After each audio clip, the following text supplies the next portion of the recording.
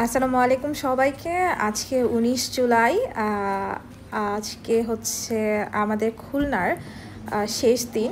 আজকে বিকালের বাসে আমরা হচ্ছে খুলনা ফিরে যাব। সকালের ট্রেনে আসলে অনেক বেশি হ্যাজেল হয়ে যেত, এই জন্য হচ্ছে সকালের ট্রেনটা ধরা হয়নি। যদিও পদ্মা সেতু দিয়ে যে ট্রেনটা যায় জাহানাবাদ এক্সপ্রেস, এটা দিয়ে গেলে হয়তো বা অলমোস্ট 2.5 থেকে 3 ঘন্টার মধ্যে ঢাকা পৌঁছে যেতে পারতাম, কিন্তু সেটা আসলে অনেকটা রাশ হয়ে যাবে, এই জন্য আর সকালের ট্রেনটা ধরিনি। সারাদিন খুলনা আশপাশ ঘুরে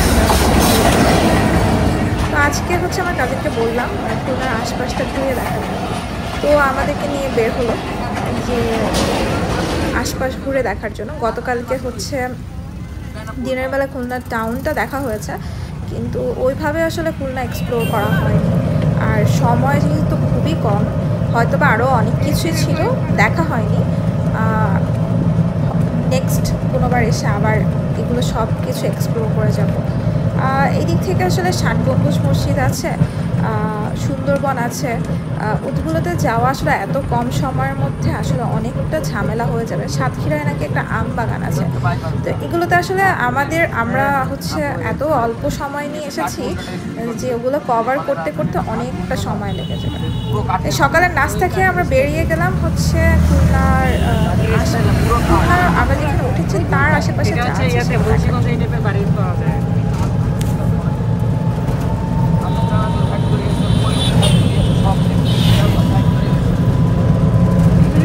ইন্ডাস্ট্রি এলাকা।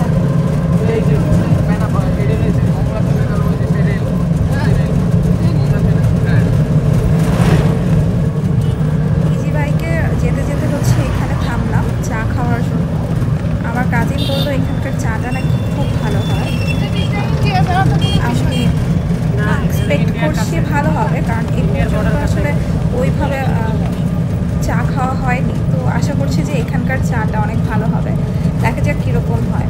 আর এটার লোকেশন অ্যাকচুয়ালি আমি খুব ভালোভাবে বলতে পারবো না, কারণ হচ্ছে আমি এখানে একেবারেই নতুন। আমি আরেকবার যখন এসেছিলাম একদম ছোট ছিলাম, মানে আমার বয়স তখন 4-5 বছর হবে তখন। তাই দেখা যাক যে এখানকার চা কেমন। তো আমার কাছে হচ্ছে চা অর্ডার দেওয়ার জন্য ওদিকে হচ্ছে ছোটখাটো দোকান, গ্রামের এই দোকান মানে কাঠের তৈরি বা হচ্ছে টিনের তৈরি দোকানগুলোর মধ্যে মানে এত জিনিস থাকে, ভালোই লাগে, ফিলিং আসে। এই যে উনি চা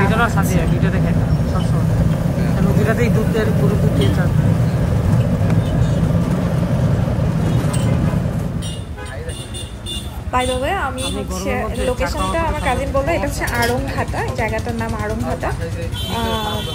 তো আড়ংঘাটার এই চাটা নাকি বেশ বিখ্যাত, এখানকার চাটা নাকি খুবই মজা হয়। এই যে দেখুন মামা চা বানাচ্ছে, আপনি সেটা দেখতে থাকুন।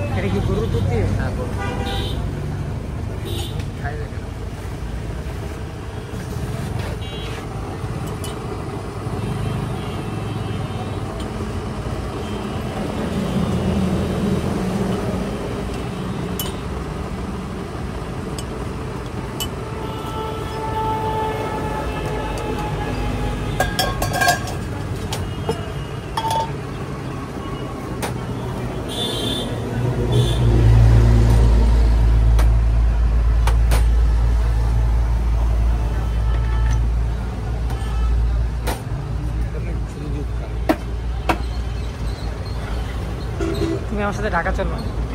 ঢাকা যাওয়ার হ্যাঁ,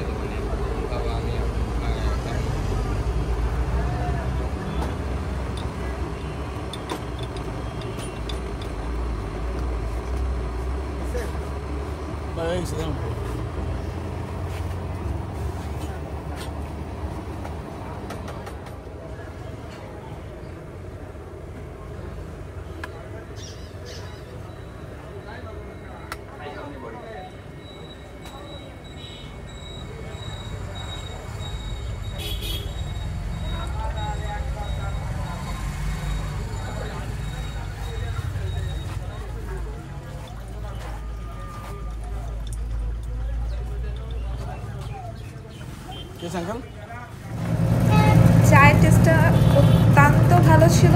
আপনারা যারা হচ্ছে এই খুলনাতে থাকেন তাহলে তারা হচ্ছে আরবঘাটের এই চাটা টেস্ট করে দেখতে পারেন। আশা করি নিরাশ হবেন না। অ্যাটলিস্ট আমার কাছে তো খুব ভালো লেগেছে। এই অবধি যতগুলো চা খেয়েছি তার মধ্যে এইটা বেস্ট ছিল। আর এখানে হচ্ছে হাতে বানানো একটা বন রুটির মতো পাওয়া যায়, সেই রুটির টেস্টটাও দুর্দান্ত ছিল। এত নরম ছিল, খেতে খুবই ভালো লেগেছে। ওই হাতের রুটিটাও আপনারা যারা খুলনা আসবেন বা যারা খুলনার এখানে আরবঘাটের আশেপাশে আছেন তারা অবশ্যই ট্রাই করে দেখবেন। এখন আমরা যাচ্ছি হচ্ছে রূপসা ব্রিজের দিকে। রূপসা আজকের আকাশে প্রচণ্ড রোদ, মানে অনেক বেশি গরম লাগছে। এতটা রোদ ভাবিনি। সকালের দিকে একটু মেঘলা মেঘলা ওয়েদার ছিল, তো এখন হচ্ছে পুরো মেঘ কেটে গিয়ে মানে যেমন একটা ভ্যাপসা গরম পড়ে এই ধরনের দিনে মেঘলা আর হচ্ছে রোদ থাকলে খুবই প্রচণ্ড ভ্যাপসা একটা গরম পড়ে। তো আজকে সেরকমই একটা অবস্থা, মানে প্রচণ্ড ভ্যাপসা গরম লাগছে। তো আমার এনার্জি অলরেডি অনেক বেশি কমে গিয়েছে কিছু, তারপরেও যাচ্ছি রূপসা ব্রিজের উপরে। অলরেডি আমরা উঠে গিয়েছি। ও ব্রিজটা ক্রস করে ওপারে গিয়ে আমরা কিছুক্ষণ বসবো। ওই পারে নাকি নদীর কাছে যাওয়া যায়, হয়তো বা যেতেও পারি নদীর কাছে, দেখা যাক। আপাতত হচ্ছে ব্রিজের উপর দিয়ে ওপারে যাই, তারপরে বোঝা যাবে যে কী করবো। আসলে ব্রিজটা মানে হচ্ছে জাস্ট একটা ব্রিজই, এখানে ওভাবে আসলে দেখার মতো তেমন কিছু নেই। জাস্ট আ ব্রিজ, মানে ইট কাঠ পাথর সরকির ব্রিজ। এখন অবধি আমি তেমনভাবে কিছু দেখি নাই। ওই যে রূপসা নদী, কালকেই বলছিলাম যে ভৈরবের একটা পার্ট হচ্ছে রূপসা। এই রূপসা কিন্তু এখনও তার নিজের অনেকটাই ধরে রেখেছে, অনেক নাব্যতা অনেকটা কমে গিয়েছে, তারপরও এখনও এই নদীতে লঞ্চ স্টিমার এগুলো চলতে পারছে, মানে সেটাই অনেক বেশি। তো এই পাশে এসে না এই জায়গাটা আমার খুব ভালো লাগছিল, এত শান্তশিষ্ট, নদীর একদম কাছে। এই যে এখানে একটা পাখি, এটা কি শালিক পাখি না ময়না পাখি আমি ঠিক বলতে পারবো না আসলে, এই দুটো যে কোনো একটা হবে। এই জায়গায় এসে আমরা কিছুক্ষণ বসলাম, মানে এত সুন্দর এই জায়গাটা, খুব নিরিবিলি। আর এই জায়গার জাস্ট মনে হয় নদীর পানিরই একটা সেকশন হবে, পানিগুলো এত টলটলে করছিল, সুন্দর, অনেক ভালো লাগছিল এই জায়গাটা। ওই একটা ছাগল দেখা যাচ্ছে, এখান থেকে ওদিকে গেলে হচ্ছে নদীতে নামা যাবে, কিন্তু আমরা নদীতে নামলাম না, এখানেই।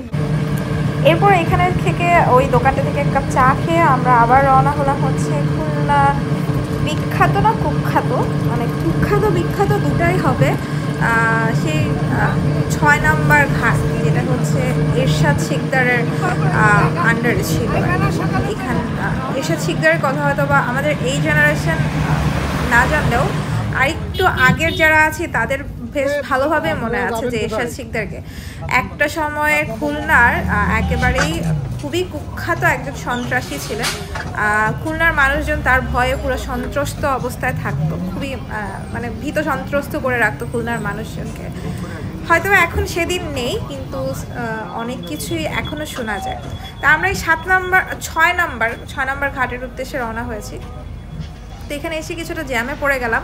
এখানে দেখুন আনারস বিক্রি করছে। আমরা যেহেতু বাইকে ছিলাম তাই আনারস খাইনি, আর খেতেও ইচ্ছে করছিল না ওইভাবে। একটা গরু আছে,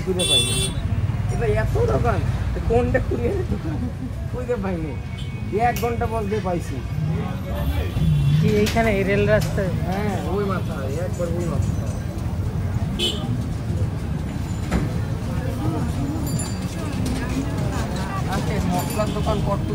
এখানে আমরা খানিকটা জ্যামেই পড়েছি, বেশ ভালো জ্যামেই পড়েছিলাম। এই খুলনায় আসার পর আমাদের এই প্রথম কোনো একটা জ্যাম, এত সুন্দর একটা শহর, এখানে কোনো জ্যাম ট্যাম আমরা পাই নাই, বাট আজকেই ফার্স্ট টাইম হচ্ছে একটা জ্যামে পড়লাম আনলাকিলি। এই জেলা শহর বা ডিভিশনাল যে শহরগুলো আছে এইটা খুব একটা সুবিধা যে এইসব শহরে জ্যাম খুব কম থাকে, আর এটাই হয়তো বা এইসব শহরে জীবনযাত্রার মান অনেক বেশি আপার লেভেলে নিয়ে যায়। আমরা যারা ঢাকায় থাকি তাদের এই জ্যাম খেতে খেতে মনে হয় যে লাইফের 50% টাইম এই জ্যামেই শেষ হয়ে যায়। আসলে একবার যদি আমরা হিসাব করি যে আমরা আমাদের জীবনের কত বছর সময় শুধু জ্যামে বসে নষ্ট করেছি, ব্যাপারটা কিন্তু ভাবার বিষয়। অথচ ওই জ্যামের মধ্যে যদি আমরা বসে সময় নষ্ট না করতাম তাহলে আমাদের লাইফটা আরও অনেক বেশি প্রোডাক্টিভ হতো এবং ওই সময়টাতে আমরা অন্য কিছু কাজ মানে প্রোডাক্টিভ কিছু করতাম। আমার তো ধারণা আমরা বেশ কয়েক বছর শুধু এই জ্যামে বসেই কাটিয়ে দিই। এইটা হচ্ছে নিরালা হাউজিং। খুলনার সবচেয়ে অভিজাত হাউজিং হচ্ছে এই নিরালা হাউজিং। এই হাউজিংটা আমার প্রচণ্ড ভালো লেগেছে, মানে এত সুন্দরভাবে করেছে, মানে কি বলবো। এটা নাকি অনেক পুরাতন একটা হাউজিং, তারপরেও এত পুরাতন হওয়া সত্ত্বেও এত সুন্দরভাবে ওয়েল অর্গানাইজড এবং হচ্ছে ওয়েল প্ল্যানেড একটা এরিয়া, রিয়েলি অ্যাপ্রিসিয়েবল। এটা অ্যাপ্রিসিয়েট করতেই হবে। ডিম গোটার নাম শুনছেন? এক দোকানদার ডিম গোটা বিক্রি করে অনেক, মানে মাসে প্রায় 1.5-2 লাখ টাকা ইনকাম করে শুধু ডিম। একটা ব্যাপার আমি ভাবছিলাম, খুলনায় কি বৃষ্টি হলে বৃষ্টির পানি জমাট বাঁধার কোনো সমস্যা আছে? খুলনার ড্রেনেজ সিস্টেমটা কীরকম আমার জানা নেই। আপনাদের কেউ জানা থাকলে আমাকে অবশ্যই কমেন্টে জানাবেন যে ড্রেনেজ সিস্টেমটা কীরকম, কারণ একটা নগরের ড্রেনেজ সিস্টেম অনেক গুরুত্বপূর্ণ একটা ব্যাপার। আমার যে ধারণা, খুলনা শহর খুব সম্ভবত জলাবদ্ধতা হবে না, কারণ আশেপাশে ভৈরব নদী আছে, রূপসা নদী আছে, তো নদীর কারণে জলাবদ্ধতা হওয়ার কথা না। এবং অবশেষে আমরা তারপর আমি জানি না, আপনাদের জেনে থাকলে যারা থাকেন আমাকে অবশ্যই কমেন্ট করে জানাবেন যে খুলনায় কোনো জলাবদ্ধতার সৃষ্টি হয় কিনা। যেহেতু আমার কাজিন হচ্ছে রাতের বেলা এসেছিল, তখন হচ্ছে একটা রকম রূপ ছিল, আর এখন দিনের বেলা আরেক রকম রূপ। রাতের বেলা অনেক নাকি এই জায়গাটা অনেক ভাইব্রেন্ট থাকে, অনেক দোকানপাট খোলা থাকে, যেটা হচ্ছে দিনের বেলা থাকে না। এই জন্য খুব কনফিউজড হয়ে গিয়েছিল। আমার কাজিনটা মোটামুটি ছোটোই, অত বেশি বড় না, এই জন্য হয়তো কনফিউজড হয়ে গিয়েছে। তারপরও শেষ পর্যন্ত আমরা এই ঘাটে এসে পৌঁছেছি, তো দেখলাম যে অনেক দোকানপাট এখানে যেগুলো এখন বন্ধ, তার মানে আপনারা দিনের বেলায় গেলে এই দোকানগুলো খোলা পাবেন না। আর আমাদের যেহেতু অপশন নেই, আমাদের আজকে এখনই দেখে যেতে হবে, কারণ রাতের বেলা আমরা ঢাকার উদ্দেশ্যে রওনা হয়ে যাব, তখন হয়তো আমরা ঢাকার উদ্দেশ্যে 5 রাস্তায় থাকবো। তাই এখনই যতটুকু সম্ভব দেখে যাচ্ছি, কিচ্ছু করার নেই। মাঝে মাঝে হচ্ছে আমাদের সুযোগ হয় না, সেগুলো লাইফের সাথে মানিয়ে নিতে হয়। তো এখানে অনেকগুলো দোকান দেখছিলাম, অনেক দোকান, বোঝাই যাচ্ছিল যে সন্ধ্যার সময় এই জায়গাটা কতটা জাঁকজমকপূর্ণ হবে। এই যে ছোটোখাটো ফলের দোকান ছিল, রেস্টুরেন্টের মতো কিছু কিছু দোকান ছিল, সুন্দর এই জায়গাটা। এইটা একেবারেই হচ্ছে রূপসা নদীর ধার ঘেঁষে গড়ে উঠেছে। এগুলো বোধহয় দোকানে রেন্ট দেওয়ার জন্য আছে। এই ছিল আজকে আমাদের ব্লগ। এখানে আমরা কিছুক্ষণ থেকে ওই যে নদী দেখা যাচ্ছে, এখানে নদীর তাজা বায়ু সেবন করে কিছুক্ষণ পরে আমরা হচ্ছে আবার ব্যাক করেছি। এবং সেদিনই বিকাল 5টায় আমাদের বাস, মানে আজকে আমাদের বিকালের 5টার দিকে বাস আছে, তাই হচ্ছে এখানে খুব বেশিক্ষণ থাকতে পারবো না। এরপর আমাদের বাসায় যেতে হবে, বাসায় গিয়ে ব্যাগ ট্যাগ গুছিয়ে ঢাকার উদ্দেশ্যে রওনা হতে হবে। সামনে আবার অন্য কোনো ব্লগে আপনাদের সাথে দেখা হবে। সে পর্যন্ত আপনারা সবাই অনেক ভালো থাকুন এবং আমাদের পাশে থাকুন। কমেন্ট করে এবং জানাবেন আপনাদের এই ব্লগটা কেমন লেগেছে। আসসালামু আলাইকুম সবাইকে।